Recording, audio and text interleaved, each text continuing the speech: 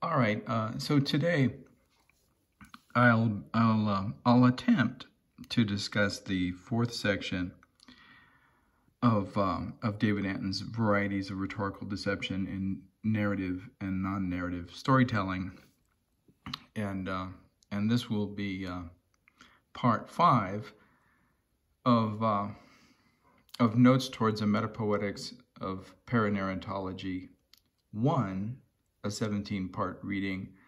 elaboration, and interpretation of David Antin's Varieties of Rhetorical Deception in Narrative and Non-Narrative Storytelling. And part 5, I'm referring to as Not Necessarily Not, the opposite of alienated labor. And the reason that I'm referring to part 5 as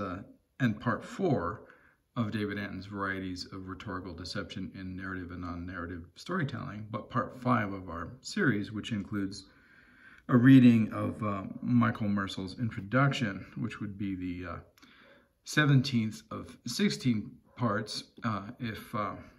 if the 16 parts that designated David Antin's Varieties of Rhetorical Deception in Narrative and Non-Narrative Storytelling were representing what singularly belongs to David's discussion and investigation of these terms that belong to storytelling and to the idea of narrative. The reason that I'm referring to part 5 or part 4 of that part of the discussion that elaborates, interprets, and reads David Antin's Varieties of Rhetorical Deception in Narrative and Non-Narrative Storytelling is because in this section, David introduces two interesting ideas. The idea which is framed by this figure, not necessarily not the opposite of, but the idea of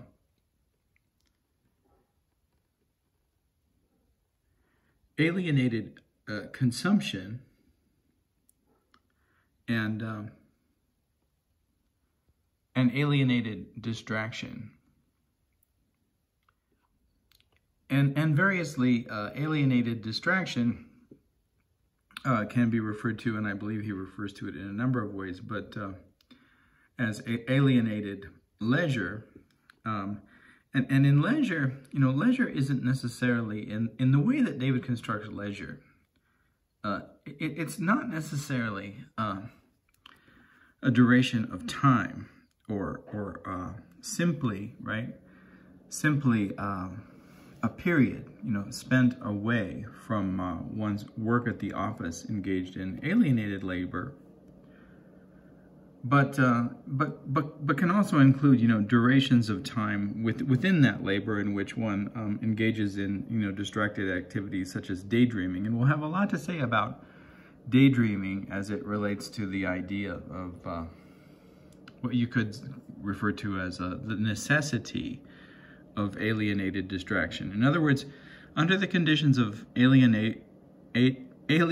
labor, in which one's existence is largely unpleasant and one is largely unhappy, whether one is melancholic or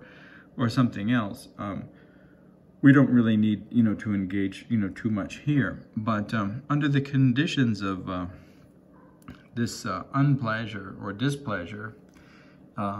that defines one's existence in an economy of alienated labor and alienated consumption, distraction is a means that the unconscious perhaps initiates and deploys as a strategy to relieve the displeasures that the psychological subject feels in this environment of work and of existence, in which she or he or they feel a lack of fit between their individual and social identities, and the demands that the necessity, right, of acquiring resource, places them under to perform these duties that they find unpleasant. So daydreaming, in a certain sense, dreaming as well, and other activities, and David Antin points out that Sigmund Freud makes much of the relationship between the poet and daydreaming in his essay. I can't recall what the title of that essay is, but it's something simple like "The Poet and Daydreaming," and perhaps because of the connection that Freud establishes there, David very quickly, as a kind of a precursor or preface to this discussion, in which he returns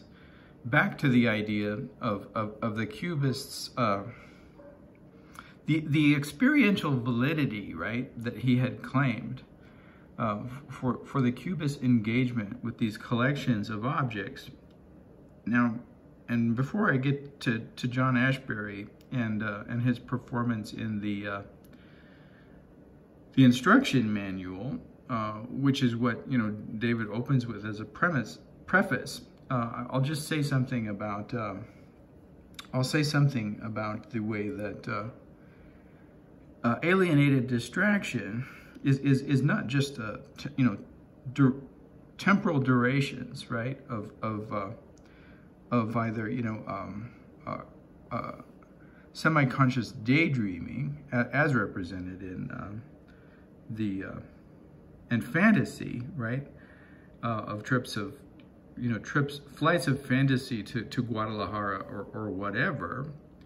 as in John Ashbery's performance in the instruction manual, but also all of those activities and relationships that we established to objects that keep us distracted, right, from the so distraction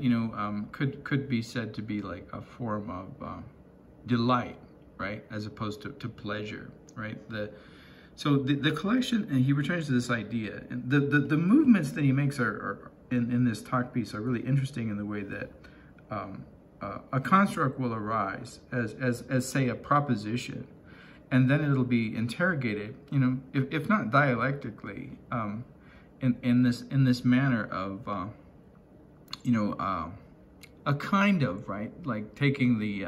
proposition as a thesis and then examining the antithesis of that proposition and allowing that thesis antithesis structure to sort of move the conversation and dialogue along. And so in this instance, in this the fourth part of his discussion, he's sort of coming up with an antithesis to that proposition that he made in the third part, and that proposition was that there was a kind of experiential validity to the collections of objects that were sorted by the Cubists and the Surrealists and others, and that occupied both these positions as artifacts, right, in their houses and in their studios, and became the resource material, just like the Greek mythos logos mythology, the shared stories of the culture became the source material from which stories were drawn upon. David argues that these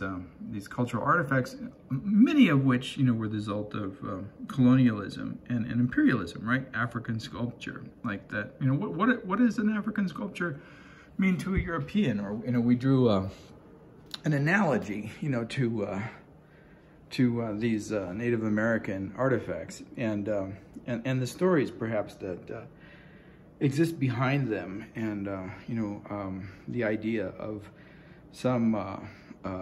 potential narrative of of the pueblo, perhaps, here, or a reference to here. This could be likened to a shield, right? That one may encounter in Odysseus's telling of the Odyssey, and or Homer's telling of the Odyssey, and the narrative of Odysseus, right, in his attempts to return home from the Trojan War, and for whatever reason, in Homer's retelling of that story, we encounter a shield, and it's inscribed, and it was metalled and tooled with all of these references to stories from Greek culture, and this artifact, which is not a shield, which represents a bear, right? But likewise is inscribed with all of these various collage-like references to other stories and parts of stories and symbols, that each of which, right, could be, the source of a narrative investigation. So this cultural artifact, if we wanted to come at it, that way, and we knew these, stories, and we were confident enough in our ability to narrate them, we could place them, like collage them, like alongside these owl feathers, right? These various owl feathers, perhaps, like, as in the way that we provided these theatrical, this theatrical representation of crosscuts back and forth, we could tell the story of these owl feathers, and we could do so in a collage relationship to the material sources that belong to the story of these various these hooves that right, that one can trace along the back. These actually claws, right? These not hooves, but claw prints, as perhaps would be left in the snow or on the ground if a bear, had walked a certain path or crossed a certain route, and we can trace these, and then if we begin with perhaps the story of these owl feathers, or of these feathers, or perhaps both, and the story of these bear claws, and what this particular journey of this particular bear represents, and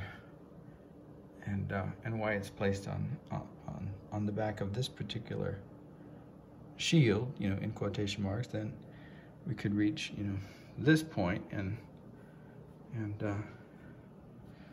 discuss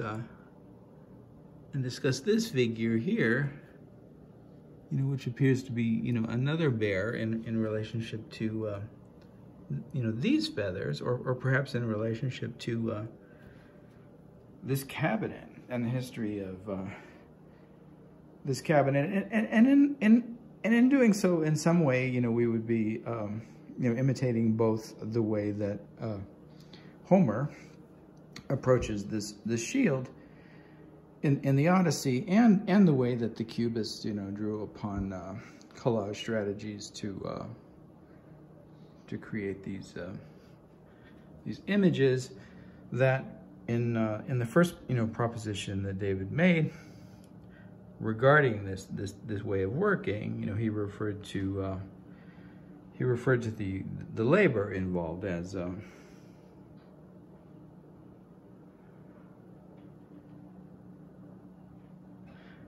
experientially valid, right? And then, if this way of working, right, and collecting is experientially valid, then perhaps the proposition made in John Ashbery's The Instruction Manual is what's not experientially valid is this collection, right, of or this arrangement that you probably wouldn't necessarily see in a cubist painting, right? But this belongs to our everyday experience as well, right? The Ajax cleansing agent, with which we wash our dishes, and the hand sanitizer that relates to our experience of COVID-19, and the instructions on the automatic bread maker, of how baking basic white bread is accomplished in this machine, right? That's itself a kind of instruction manual, and probably not written by John Ashbery, but presumably written by someone whose work also represented alienated labor. So this particular collage arrangement of objects, right, are not forms of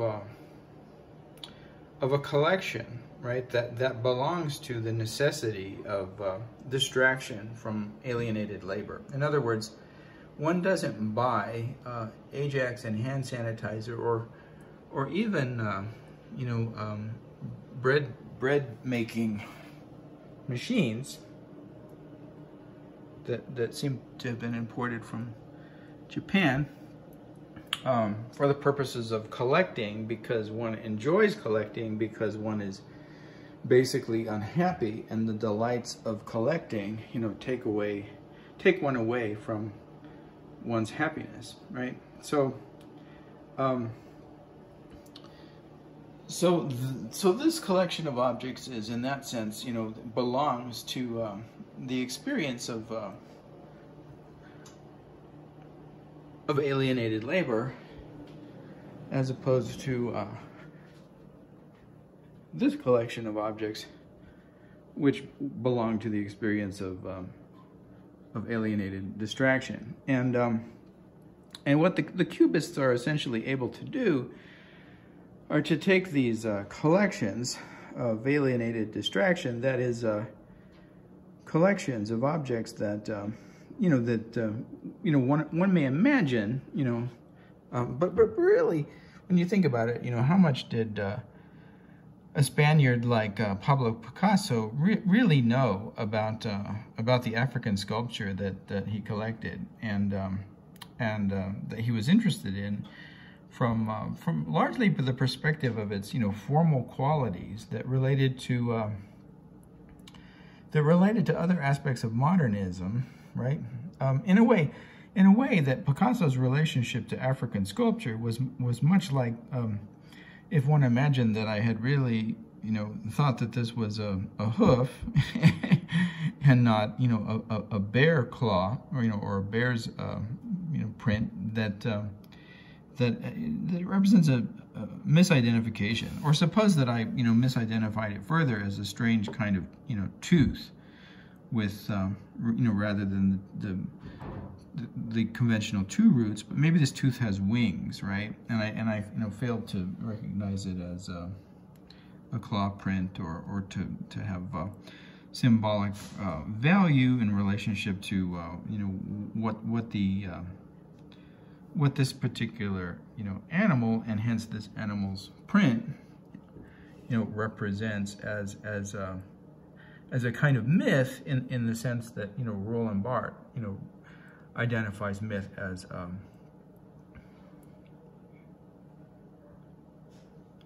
a sign in which the signifier becomes a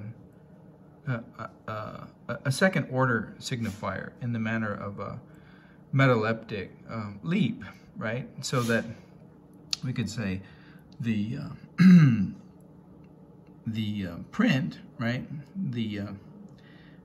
The print of the paw represents the bear, and the bear represents by virtue of the symbolic value of that animal, you know, certain characteristics that belong totemically to a construction of, you know, clan relationships, but also relationships of meaning and signification that that belong to a whole set of stories, and by this means, you know, can be elaborated upon as a kind of mythology. Or if one fails to recognize in the abstraction of this figure a kind of medicine person, right, or holy person, that one had missed some of the details of that story, and then one needs to know why the arrangement of these step-like designs on the figure's robe are placed in the manner that they are, and why they're arranged differently, right, as a skirt than they are as a hood, and perhaps, you know, what types of feathers these are that are arranged in the headdress. You get the idea. But suppose none of that were going on, and then in the painter's engagement, you know, of the object as an aspect of one could say reincorporation, right, of the alienated distraction into the labor of production, right? So how does this work? So David Antin, you know, carefully defines, more carefully than we'll perform here, right, an analysis of the role, right, of these collections of objects as an alternative to daydreaming, but responding, right, to the same impulse of the experience of alienated labor and the desire to experience the delight, right, of the removal of these displeasures of existential fragmentation, right, on the part of the psychological subject. So the first part of the discourse is that you know, distraction can take various forms. It can take the form of a vacation, or of a trip to Guadalajara, and that's where we'll return to his discussion of John Ashbery's The Instruction Manual. But it can also take on, you know, this form of surrounding yourself, right, with distracting objects that inspire, perhaps, this kind of daydreaming, or that are pleasant to the senses, right? So this is what distracted commodity is, distracted collection, right? A collection as a consumption and distraction from the displeasures of alienated experience, and so in that sense, you know, whether one's house is filled with these collectibles or one takes trips to Guadalajara, it doesn't really make much difference, because it both belongs to the same sphere. And additionally, so out of the collections, like one can engage in production, right, via like some form of daydreaming or fantasizing, in which whatever is going on here and whatever authenticity, you know, might have existed on the shield, even from the point of view of someone outside of the culture, right? We can pick up that shield and we can talk about it. We might not know the story, but we can make one up, you know, like much like you know, what John Ashbery produces in his daydreaming in the instruction manual, right? So here I am as the cubist painter. I'm looking at these designs, and, you know, maybe I'm an anthropologist, and, you know, maybe I'm not, but I allow myself to take this circle and to transform it into this image, and perhaps I get distracted along the way by, you know, these feathers, and I find a way of putting those into the picture, you know, over here, again, you know, abstracted in a different way, and perhaps, you know, I get interested in the grain of the wood and the color, and the number of vertical vertical lengths of wood that that compose the back of the chair, and I find a way of, you know, integrating that into this work somewhere. Let's see, I can't really find that. Well, you just have to trust that it's in there somewhere. And there are other colors, you know, that come in because there are other objects or experiences in my experientially valid, right, flow of existence. There's orange, and I bring that in over here, and this the beautiful semi-turquoise, you know, light color of this dish rag comes in over here. You get the idea. But in this section, you know, David begins to critique this idea and to argue that that from the very outset, right, the distractions of the alienated distraction of the collection, and you know, for, you know, say, you know, Freud's Orientalism in his Victorian room filled with these objects. I used to have a mouse pad that was the Freud's carpet, which was, I really liked that mouse pad because it was, for me, it was kind of a joke. But say that all of these objects, right, and that that people have in their collections, right, that represent, right, this alienated distraction, in the same way that the vacation to Guadalajara or Cancun or whatever it is represents, you know, alienated leisure, or the necessity of alienated leisure, and so does you know, daydreaming, and what and all of this, you know, really, you know, no more than provides an escape, right? A temporary escape or respite, or a necessary part, right? Complement, and in that sense, you know, facilitates the alienated labor to begin with, when really what we're moving toward is an experience of the truth of the alienation, perhaps, you know, itself, and that might be better represented, you know, over here in this type of arrangement, or this type of collage, or perhaps, you know, in the way that, you know, Warhol would have presented, you know, an image, you know, such as this. Unfortunately, when I you know, fill the screen with this object, it won't appear to my viewers as it does to me. My camera moves with my eye, and I'm seeing, oh, there I am in the background. You can see me. The camera moves with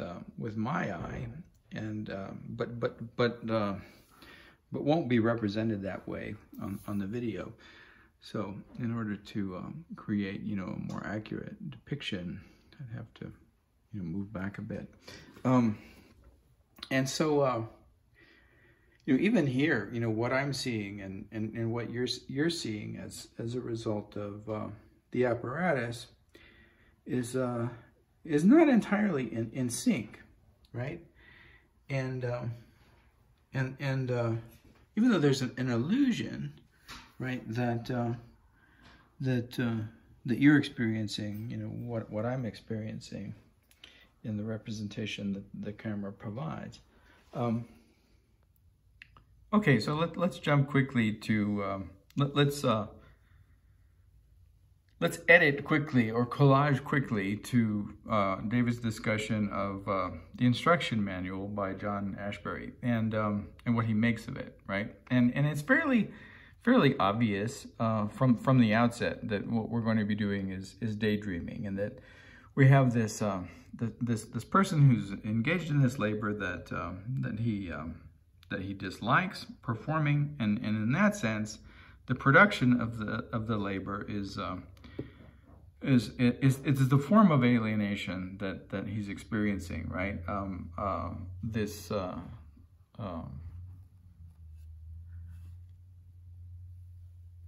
disparity between what he wants to be doing and what he is required to do in order to earn his living, and so he's distracted by the view and what he projects upon the individuals that he sees as he looks out the window, is that each of these individuals is walking on the street because they choose to, and because they enjoy walking on the street, and each walking with this inner peace that he is not experiencing, and hence he envies them. Of course, what he envies is the projection of the happiness that he has onto these people from, right, his own, lack of happiness and pleasure. And we really don't know whether any of these individuals are happy or not, or if they're experiencing their walk, with just as much displeasure as he's experiencing, his work. And if they're on their way to work, or if they're on their way, to go shopping, or we don't know that they're all on their way, to this happy leisure of the experience of a park or a public pool, or to enjoy, a glass of wine in a cafe, and this, of course, all of these, moments of pleasure, it belong to this realm that David Antin had posited as experiential validity in part 3 of his talk, right? Like they're in the cafe. These artists are in the cafe. They're talking about African sculpture. They're enjoying, a glass of absinthe, whatever it is. All of these colors that surround them, right? These pleasures, the sensual pleasures of distraction, are what belong to this sphere of existential, right, and experiential validity. And here, of course, is where, he's critiquing that idea. In this reading, first pointing to the fact that this experiential validity is largely a projection, made from the perspective of the alternative, which is, experiencing this, psychological necessity of alienated labor as a space of pain and displeasure, and wanting to remove it, right? To find a means, whether that's, collecting objects, from another country or from another culture that, one doesn't necessarily understand, and that are probably stolen, or at least purchased at an unfair price, or whatever that might be, and even the alienation, that one experiences, within one's own, culture, one could say, is part, right, of that desire to fill in something that, as Lacan would say, right, is experienced as a lack, right. And so collection becomes that means of filling in that space of experiential absence, in which the values or the aesthetics or the propositions and premises of that are offered, right, by a particular cultural, perspective, by a particular cultural domain, that is not felt, to be enough, right, to satisfy oneself as who one is. One can escape right? That feeling of emptiness by looking to objects from elsewhere, whether one understands those, objects from elsewhere within the cultural context in which they exist or not, as something new and perhaps charming and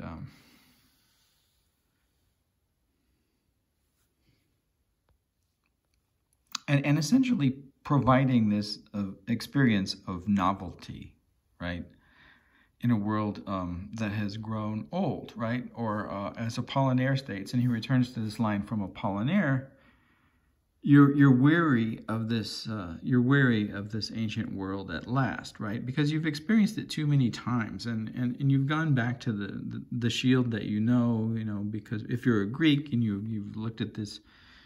shield in Homer, so many times, or you know the mythology, you know the story of Oedipus, the way that it's told, by Sophocles. You also know the way that Aristophanes narrates it in his comedy, The Smile of the Sphinx, and you require, some kind of novelty, and it doesn't much matter, and perhaps it's even better if you don't really understand it, because what remains secret in the African sculpture, what lies beyond the weary world that you're familiar with, retains this magical element of mystery, and as if one were approaching, Greek culture or Roman culture or the salons of Paris for the very first time. And so, introducing, motion into a picture in which a woman, or perhaps not a woman, is proceeding nude down a staircase, is one way of introducing novelty to disrupt the experience of the weary world and the drudgery of the daydream that no longer, right, provides release or delight, in shattering, right, the unpleasant experience of endless routine and alienated labor. And so, one seeks not to go to the coffee shop next door or to the familiarities, right, of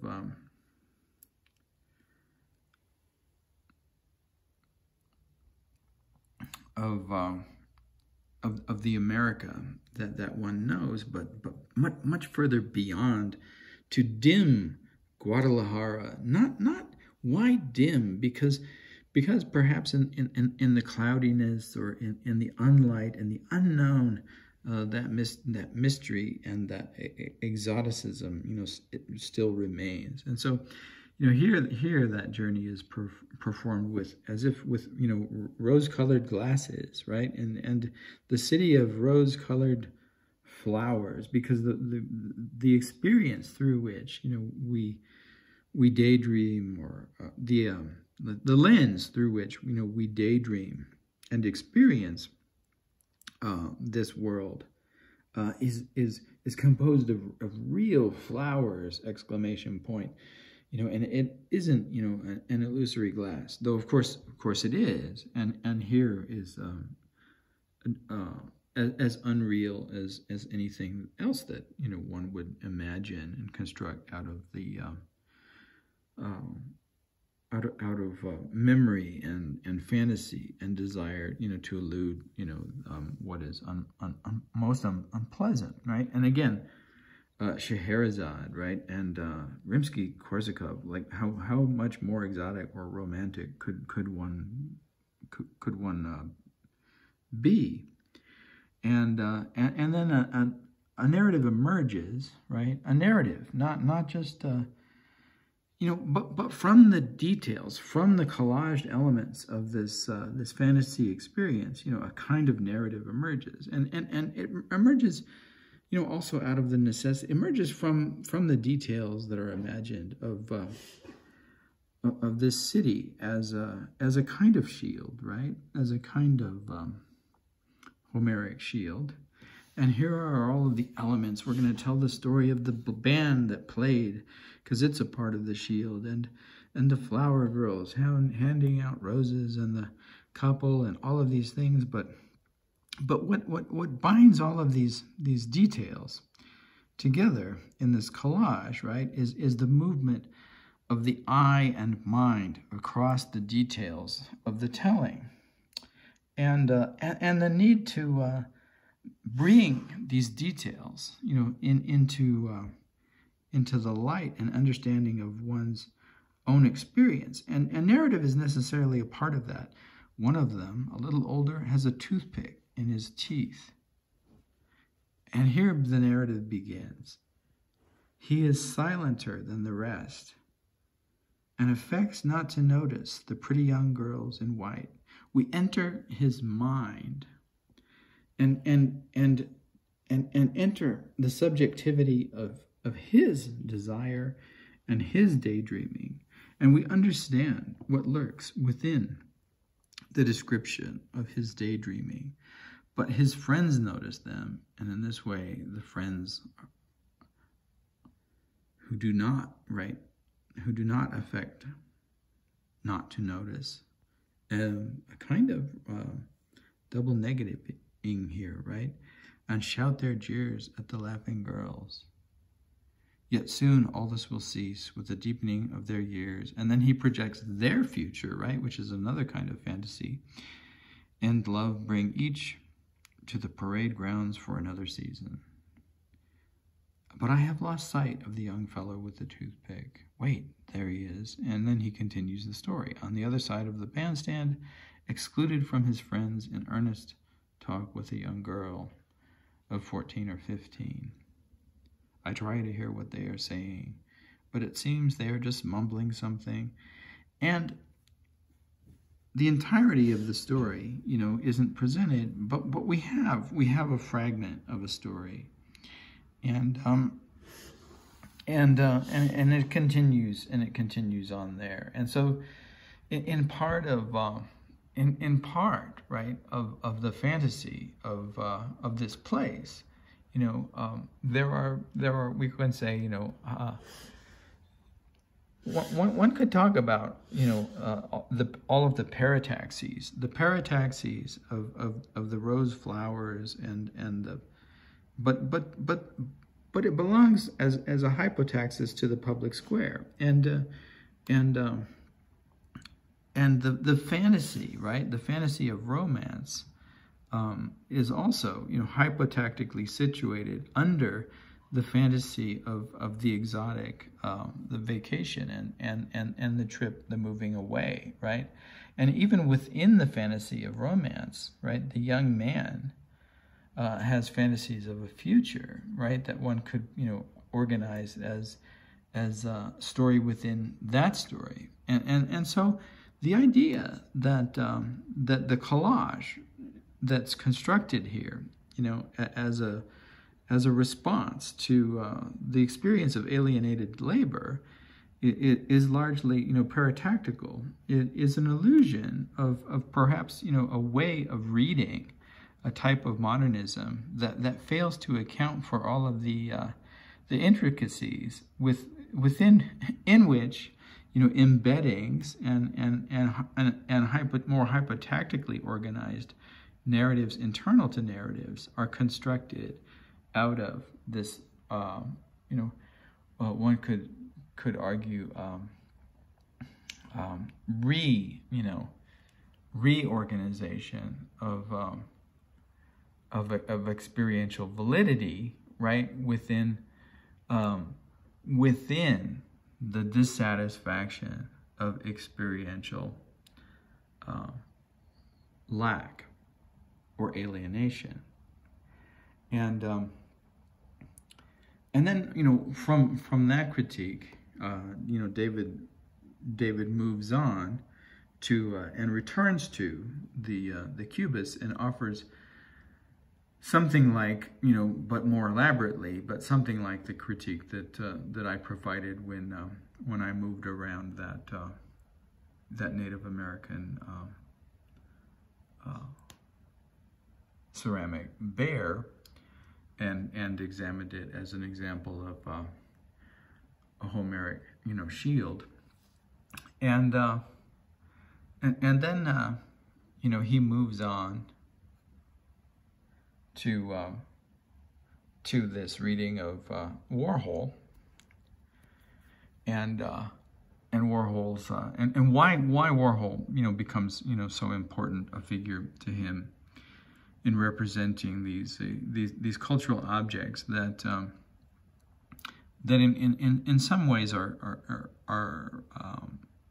extraordinarily banal, right? And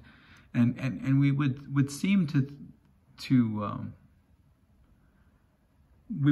take as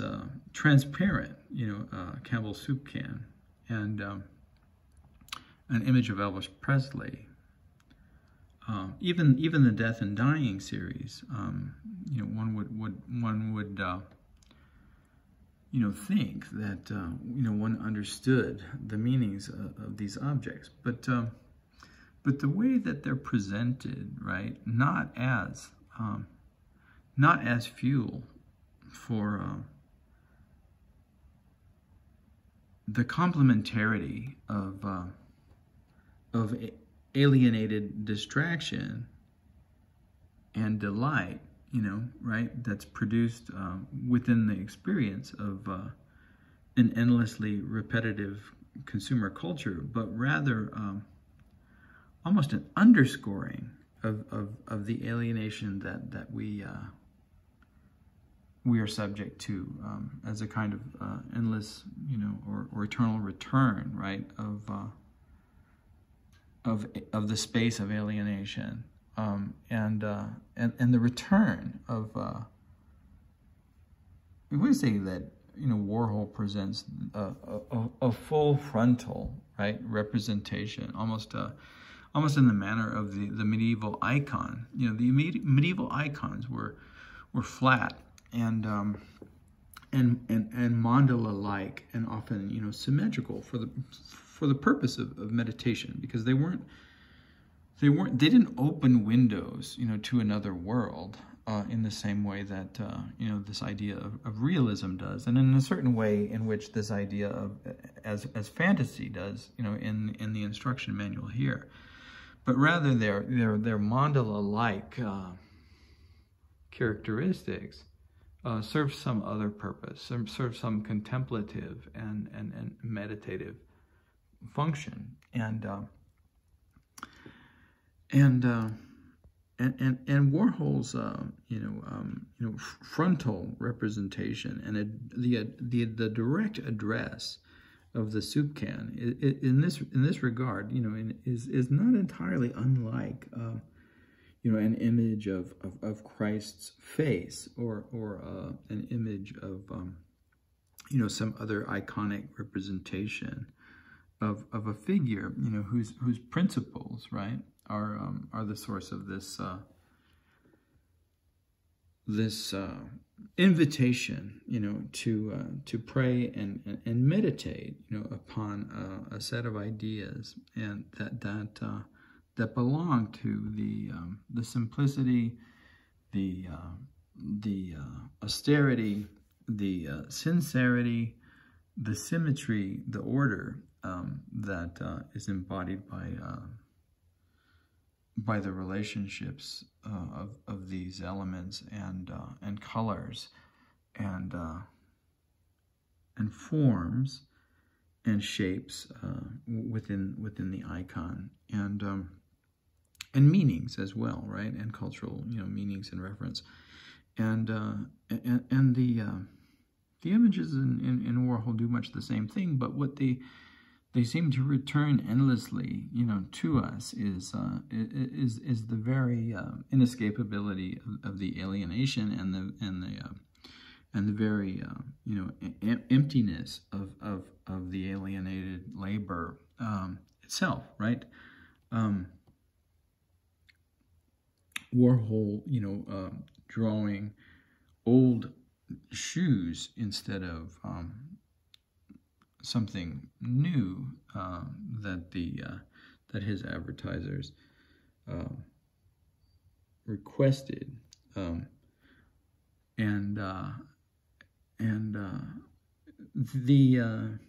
the response, right,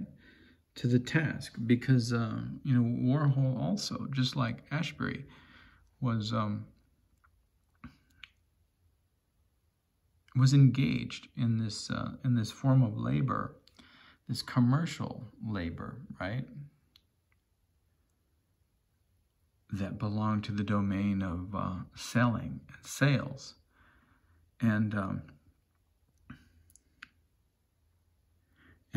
this is precisely, right, this is precisely the domain of consumption that David had criticized and critiqued in his experience of these commercials, which make endless use of collage to sell objects that presumably they have no relationship to. So imagine, he says this poem by Wallace Stevens, 13 Ways of Looking at a Blackbird. And there's a moment in that poem when he says, it was snowing, or it had snowed, or it was about to snow. And within this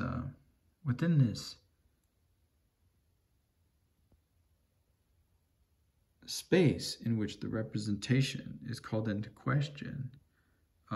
by the temporal, constitution of when and if, the pointing to the snow, were real or imaginary, and the ambiguity of that image, the cloud that it creates. And today, today it had snowed, and I'm not certain if it's still snowing or if it will snow again, and I can point to this, and I can say it, and I can leave the ambiguity and the reality, or I can take the camera, and I can take the camera out into the darkness, and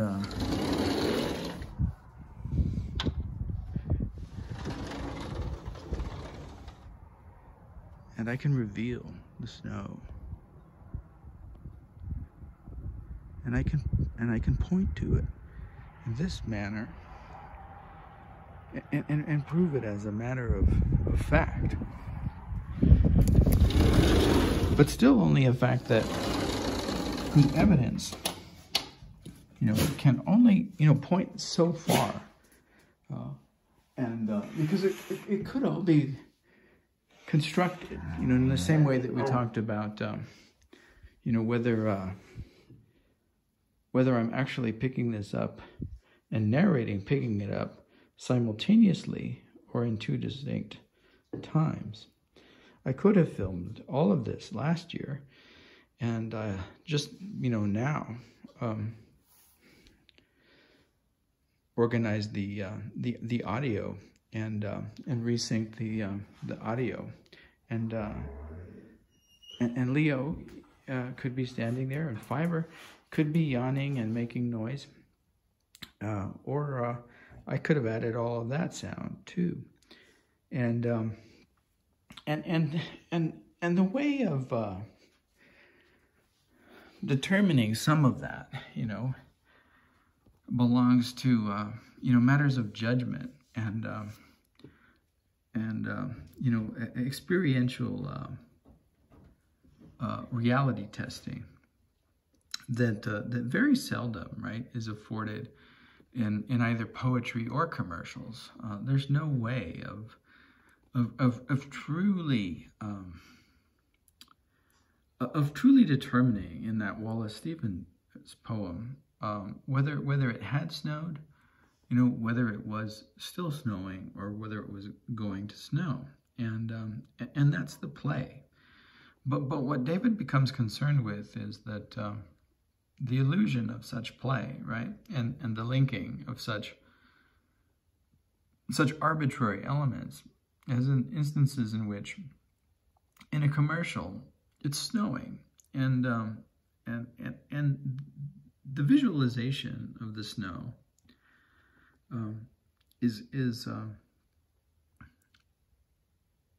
seems to be, you know, a statement of fact. It's whether it's you experience that visualization as poetic or prosaic. The fact of it snowing, you know, belongs to this you know, domain of fact in a different way than Wallace Stevens's claim that it was either snowing, you know, it was snowing, it had snowed, or it was about to snow. And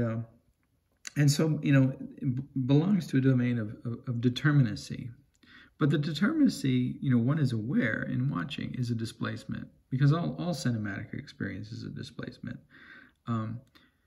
There are, you know, live cams, right, and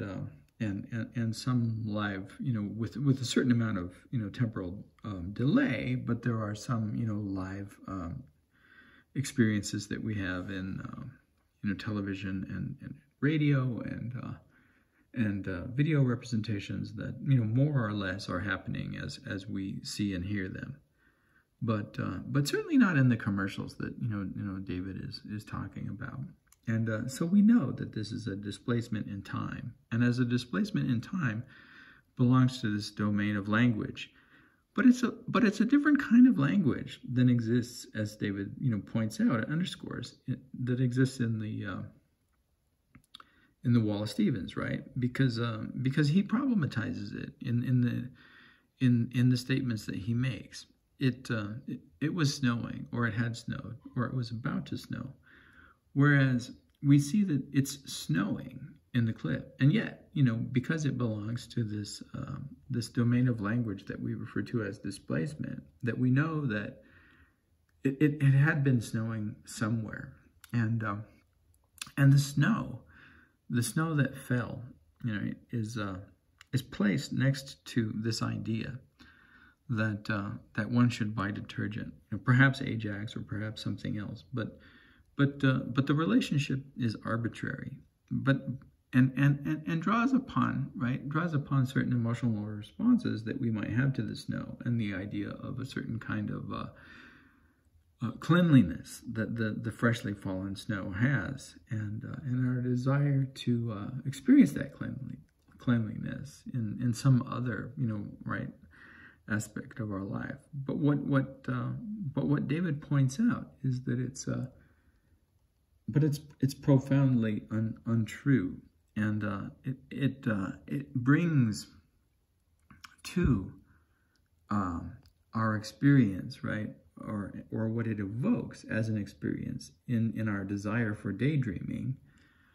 our desire, you know, to leave the world, right, of alienated labor and find, like, whatever this purity of this falling snow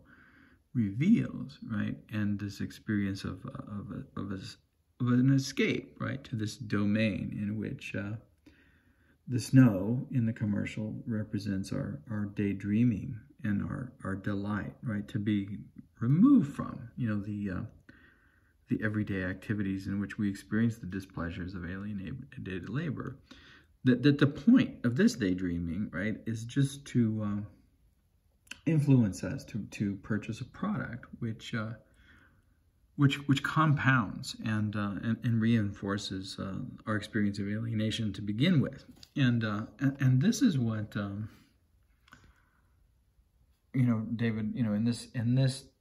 initial, you know, proposition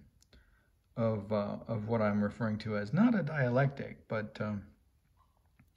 a kind of way of moving back and forth, you know, between propositions and their as thesis and then counter propositions as antithesis. So the initial proposition is that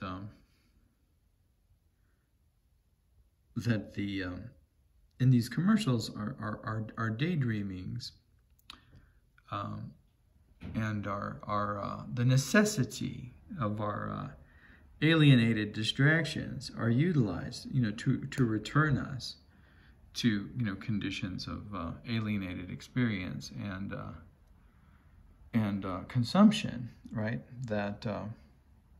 in fact compounds and diminishes what David had referred to as experiential validity. But then in a move that's characteristic of the way that that he works through these propositions and counter propositions, he suggests that but within, right? But within that contradictory, logic of offering an invalid, right? The invalid proposition of a daydream or an escape, right? Lies a potential for renovation and recreation and criticism and narrativizing that's not entirely dissimilar, to the way that the Cubists, right, engaged these objects and fantasized, about their meaning and about relationships to other objects and their meanings, and constructed these, collage-like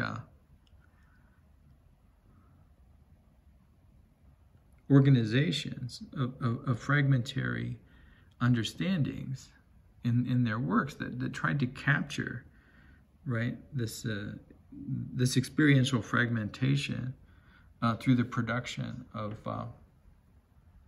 new work, right?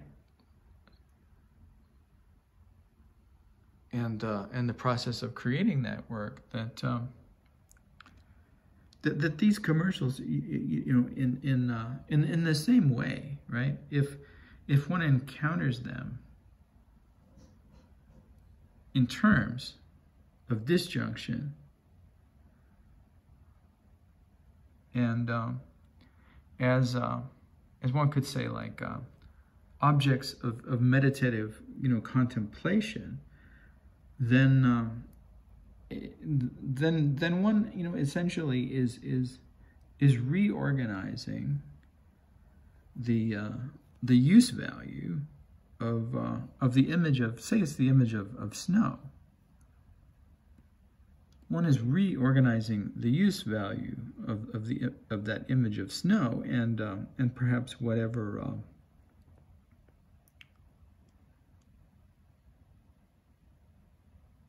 connotations that belong to it, which the marketer, wishes to exploit in order to sell you a detergent. But by contemplating, right, the relationship of that image, as it's displaced in this commercial,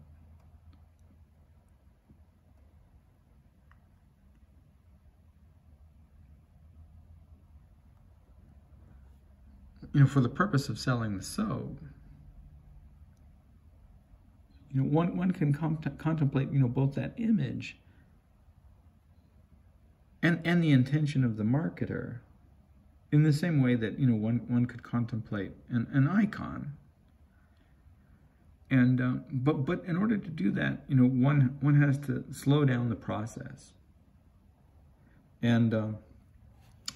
this, David claims is precisely what Andy Warhol does,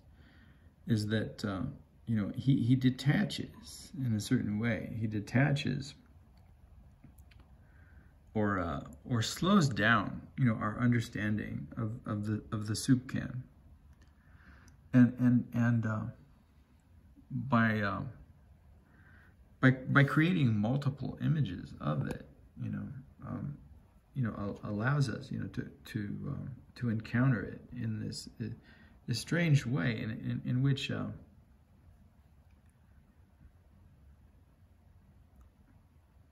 it no longer represents a product selling itself, but represents an examination of a sign and a means of communication that, you know, one could say is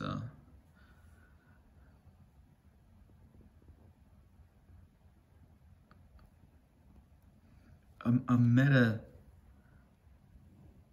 communicative understanding of both the objects, you know, that are presented as available in systems of consumption and transaction, and the means by which, you know, by which we're motivated, you know, to make selections within those systems of transaction and consumption, and it does so, you know, in a certain way, you know, by not doing so.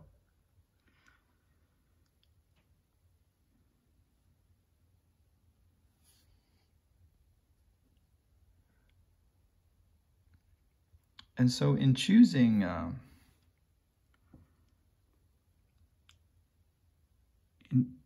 and then this is where at this point he returns to that part of his discussion, you know, in which he had, you know, and by analogy, you know, made comparisons between, you know, himself and Kathy Acker and her use of collage, and Andy Warhol and Valerie Solanas, and her feminism, and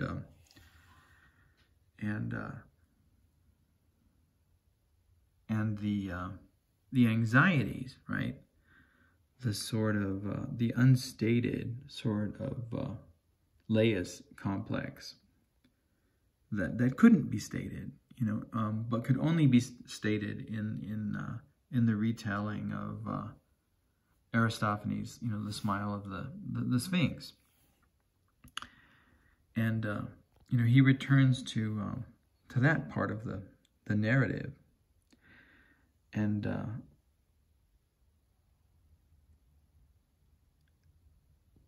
discusses the way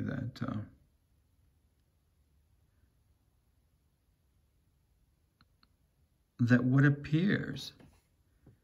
you know, in Kathy Acker to be this collage, you know, strategy, you know, often, in fact, you know,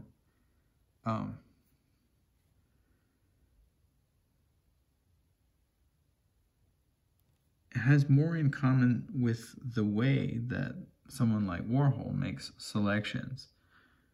from a particular domain of culture and consumption than we might actually recognize at first glance. For example, in selecting the Charles Dickens, right, in the first few passages of Great Expectations, and modeling and in some way modeling, you know, this novel on this this young man, this kind of like semi, you know, Bildungsroman, you know, style exploration of the development and hazards, right, of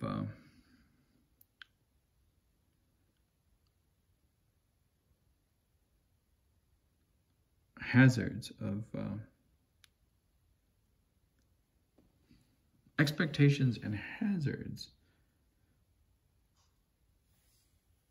that belong to this, you know, particular socioeconomic class, to this particular positionality, how the collision, you know, of actual material life experiences and certain domains of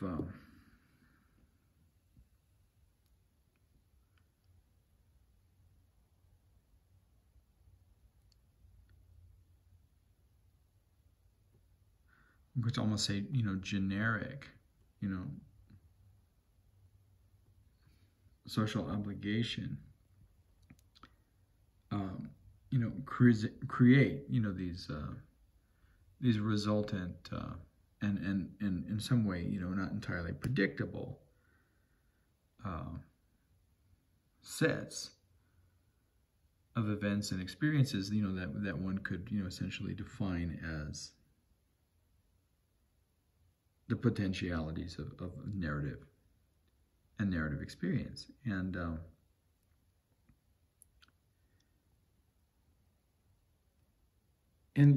just as that, Warhol's selections, speak by not speaking of the mechanics of commercialization and alienated consumption, alienated labor, alienated experience, and alienated leisure. If we imagine that, when we go to the space of the museum, that we're performing, something similar to one of John Ashbery's trips to Guadalajara. Well, if you go there experiencing Guadalajara, expecting or anticipating, if you go there with great expectations, anticipating Guadalajara or a Matisse or some Van Gogh sunflowers or a scene, luncheon on the grass, or the pleasures or the erotic pleasures of a nude woman, whether she's descending a staircase or not, and one gets a soup can, then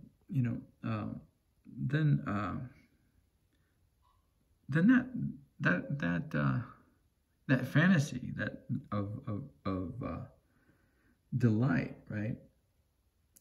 that one experiences in this space of leisure is quite significantly undermined, and David points to the fact that seeing these fragments of Dickens and these patriarchal and socially reifying narratives of masculinity within this aggressively feminist space that Kathy Acker constructs is in, although it looks very different from an Andy Warhol, looks very different and feels very different from the kinds of strategies that Warhol uses, is in fact much more like an Andy Warhol than it is perhaps like the way that either John Ashbery continues to fantasize in the kind of Tahitian space that was familiar to Gauguin, or those kind of utopian those utopian fantasies that are represented by flowers and outdoor space and sunlight in Van Gogh, or the fantasies of unalienated, right, or inalienated labor that the Cubists imagined, right, that they could perform by incorporating these colonized objects into their working routines, right, and bringing together those glasses of absinthe and sculptures that all belong to this domain of alienated distraction that doesn't problematize itself or call attention to itself. And so ultimately that he points to and curiously, the figure of Valerie Solanas, in some ways some ways drops out, because one could say that's the initial proposition of the anxieties of the father, and the struggle against the child, and the difference, right? The anxiety of difference, that results in death or murder, but that he manages to, by means of what I would call metaleptical transposition of the figure of Valerie Solanas as murderess, right? And the murdering, mad woman, the Medea, who kills her children, or the Sylvia Plath that leaves on the gas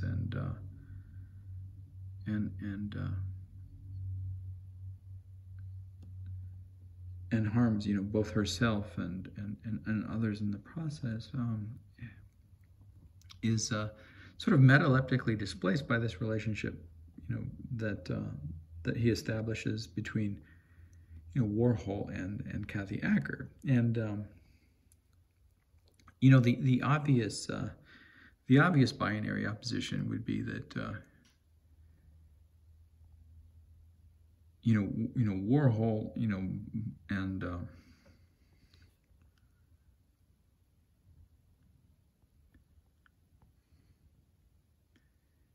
you could say that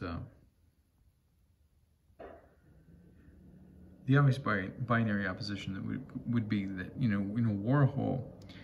and Duchamp exist on this one side, and perhaps William Burroughs and the Beats and Kathy Acker exist on this other side. But what he demonstrates is through this metaleptical type of displacement is that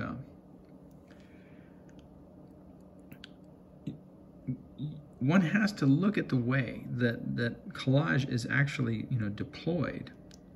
within complex systems of the dynamics of pleasure, and how they relate to these economies, rather than assuming that collage is a singular entity that one can define against narrative or in support of narrative, across all types of thresholds of experience and means of making and deployments and strategies of discoursing and depictions of positionalities and whatnot.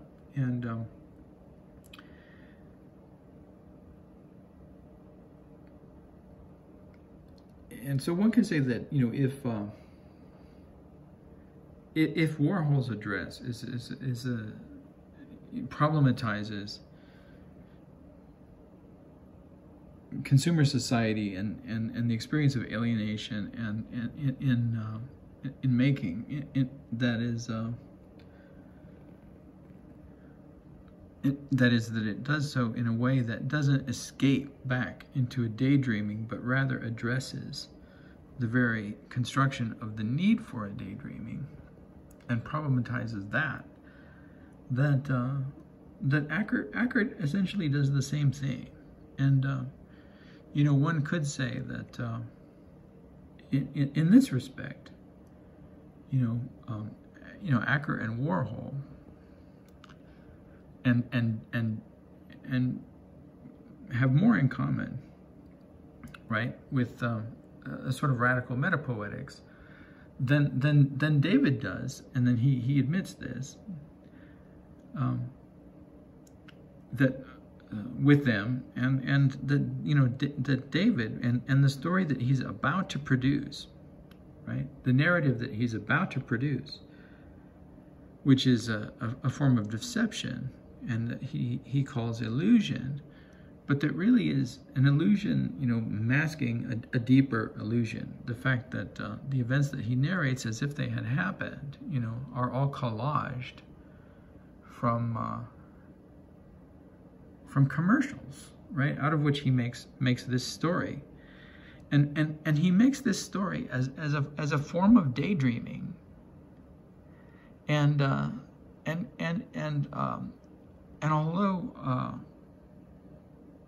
although the relationships between what he makes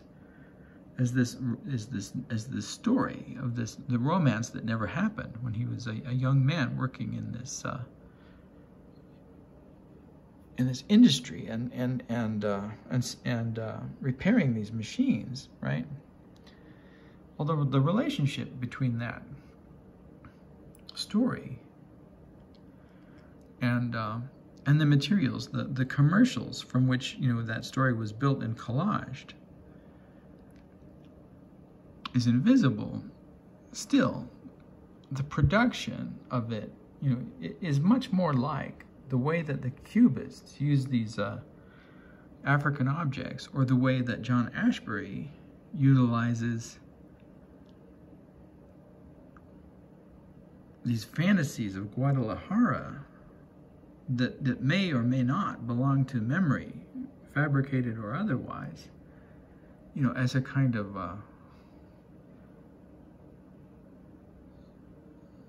attempt to reclaim, right, the unsalvageable materials, back into the space of daydreaming, is very much a fantasy of plenitude and dreaming. Very much more a fantasy of plenitude and dreaming, and very much in that way more like, right, the work of the Cubists and the work of the work that John Ashbery does by pretending not to be working on the instruction manual, than it is, like something that you would see with Duchamp, or with Andy Warhol, or with Kathy Acker, right? So that's the first part of what David does in this fourth part of his discussion, which which we're referring to in our reading of it as not necessarily not the opposite of alienated labor, and then there are within this fourth part of the discussion, basically three sections, and we've made a rough outline of the first part of what he does with that, and I'm gonna skip the second and third parts of what he does, and perhaps make reference to those analytically later in the rest of the discussion, either in discussion 6, 7, 8, or part 6, 7, 8, 9, 10, 11, 12, 13, 14, 15, 16, or 17 of our 17-part reading, exploration, and or interpretation of David Antin's Varieties of Rhetorical Deception in Narrative and Non-Narrative Storytelling. But for today, I'm content to just have revealed what I understand, at least, and interpret in what he does in this first part, and how he, as I said, moves in this kind of dialectical way that we call it not necessarily the opposite of dialectic, in which a proposition, what I'm referring to as a proposition, is made, and that proposition provides a kind of thesis, and then a counter proposition is made, and that counter proposition provides a kind of antithesis, and then there's really no thetic synthesis that results. the terms, but a movement is necessarily made, beginning with what one could argue is a kind of metaphorical step that's provided somewhere in the interstices of the original thesis and the resultant response, the antithesis. And in this instance, the step, is made as a kind of means of, sorting, resorting differences between, individuals who are creating narratives and I shouldn't say individuals, artists who produce narratives and artists who produce collages, resorting the distinctions there. And sorting by, less obvious, right? Less obvious material aspects of construction, and sorting by aspects of subtle, motivations of psychological necessities and needs that, one can better understand and perceive if one begins with a notion such as, alienated labor, and then distributes that idea onto, means of, dealing with the experience of displeasure. And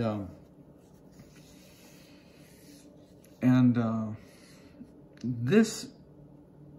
way of working, right, in this piece, Varieties of Rhetorical Deception in Narrative and Non-Narrative Storytelling, what makes it interesting is that it's emergent, right, and in transformation,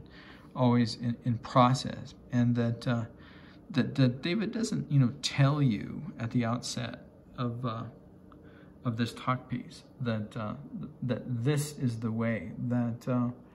this particular kind of speaking and thinking and talking is going to proceed, right? And in the first parts of the discussion, it doesn't seem to be there. He seems to be rather organizing the talk in this way, that he offers a set of propositions, and then he offers a set of stories and descriptions that seem to support, right, those propositions or those theses. And so you think that you have what's more conventional in, say, a 5-paragraph essay, right? You have a thesis statement, and then you're going to support that with the following.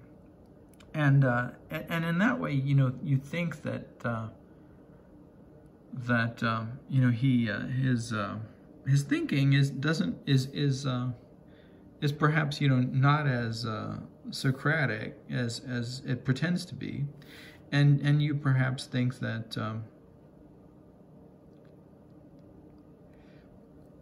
that there is no connection in his way of talking, and figures such as Adorno or Krakauer or Erich Fromm or other representatives of critical theory.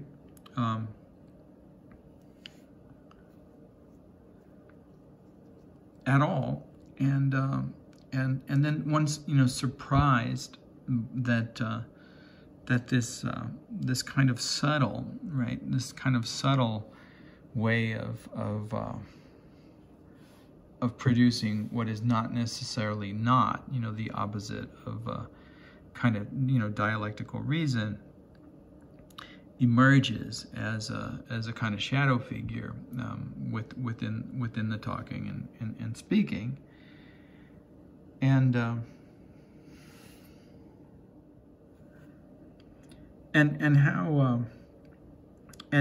that may seem to point to certain kind of hidden figurations within the cast of characters that he selects as well, and knowledge that we have that we may experience, sort of beyond the frame that he presents to us. And what I'm thinking of in particular is the example of Kathy Acker you know, the fact that she studied under Herbert Marcuse, one could argue, you know, that Marcuse is the sort of, you know, final, you know, or end point of critical theory, and David, you know, would seem to fall, you know, very much, you know, outside of that kind of way of thinking, right? And even the return, you know, to an archaic, in some way, an archaic, right? Dialectician, you know, you know, whose use of dialectic is so far from, you know, what we understand after, you know, Hegel and then the material, you know, dialecticians that follow, you know, Marx, from our understanding of dialectic, that it's hardly the same, you know, idea at all, and may, you know, just be better represented by this idea of talk, right? Conversation and discussion, and a way of moving along, you know, well, you know, let's, you know, offer an idea, interrogate it, and then, you know, build, you know, from there. And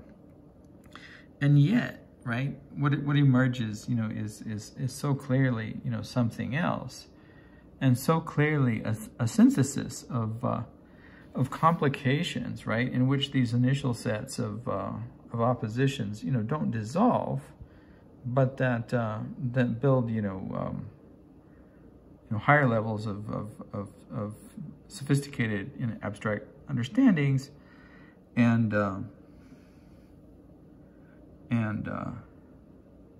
you know, increasingly, right, create, you know, subtleties within distinctions and within similarities, you know, that we may not have recognized or observed before. So in no way is, in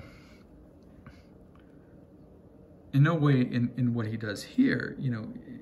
anything like, you know, endlessly returning, you know, to the same constructs and oppositions that become tedious and trivial, you know, over the years.